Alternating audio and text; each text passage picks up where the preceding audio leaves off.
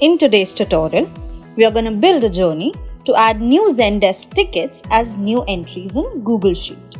So let's get started. For this, select Zendesk as trigger and add new ticket as trigger event. Now, we have to select an existing connection and click on link account to establish the connection. That's it. We are ready with our trigger. In steps, we have to add an entry in Google Sheets.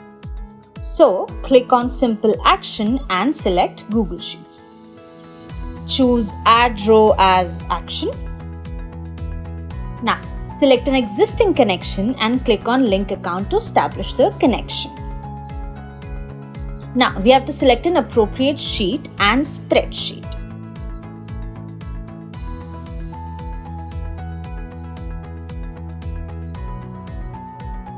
So add data using Zendesk data tree.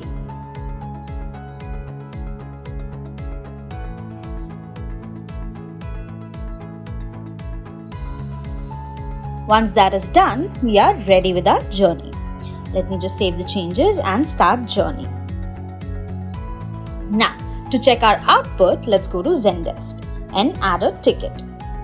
I'm just going to add a requester and select an assignee. Next, we have to add subject and details, then submit as new ticket. Once submitted, let's go back to our journey to check journey execution.